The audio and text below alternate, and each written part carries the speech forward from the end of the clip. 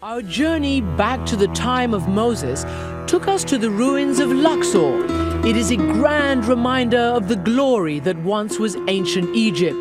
And at a dig nearby, we met Betsy Bryan, an American archaeologist who's unearthing clues about this place and its people.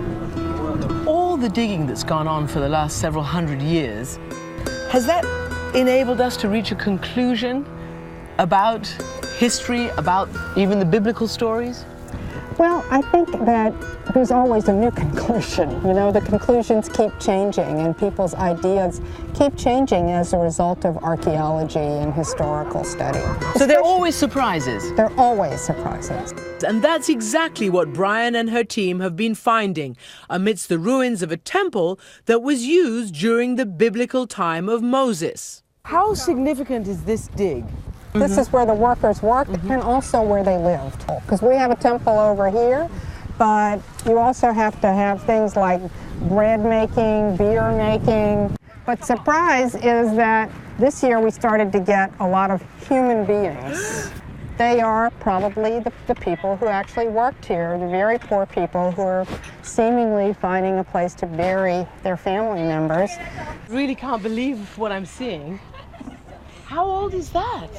Well, it's probably around 1700 BC. Just jump down. If you can. Yep. Call it beginner's luck, but graduate student Catherine Davis made this rare find on her second dig. So we were excavating this room right here, and we saw in the wall of this room this bone sticking out, and then we saw the two arm bones, and then teeth. And actually in excellent shape. Really excellent shape. It was the first thing we noticed, these pearly white teeth. Is it exciting for you? Oh, I think it's fabulous.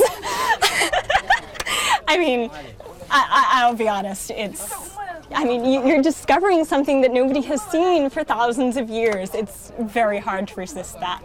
The man she's just found was one of legions who likely worked here for the pharaohs. The Bible says among them were the Israelites. But so far, nobody has turned up hard archaeological evidence of that. How much of Egypt is yet to be dug up? I have no idea, but all I can tell you is that you cannot dig anywhere in Egypt and not find something. That's the truth. But Bryan told us there was one place we might find a small clue as to what happened to the biblical Israelites. So we left Luxor and headed north to Cairo. Just across the street from Tahrir Square, the birthplace of Egypt's recent revolution, there is the Egyptian Museum, where you can find a treasure trove of ancient artifacts. Among them, one that may prove that once upon a time, the ancient Israelites were here. We're going to take a journey back in time? Yes, travel to unravel. Oh, travel to unravel. This is Ahmed Siddiq, a young, aspiring Egyptologist. We asked him to show us this monument. It's the earliest evidence of Israel's existence in the Egyptian record. It belonged to a pharaoh who ruled more than 3,200 years ago, King Meremtar. What is it? View it as a Facebook page, the royal Facebook page for the king. So the pharaonic Facebook? Yes, that's it. This is a propaganda of King Meremtar, or the son of Ramesses the Great. It tells the story of the king's successful military campaigns, and one of the last entries talks about a victory over the people of Israel. When you look at the inscription here, Israel then fik et ben peret eth. What does they say? Israel's laid waste. And then literally ben is like no more. The monument originally belonged to Meremtar's father, the famed Ramses the Great. So was he the pharaoh that Moses confronted?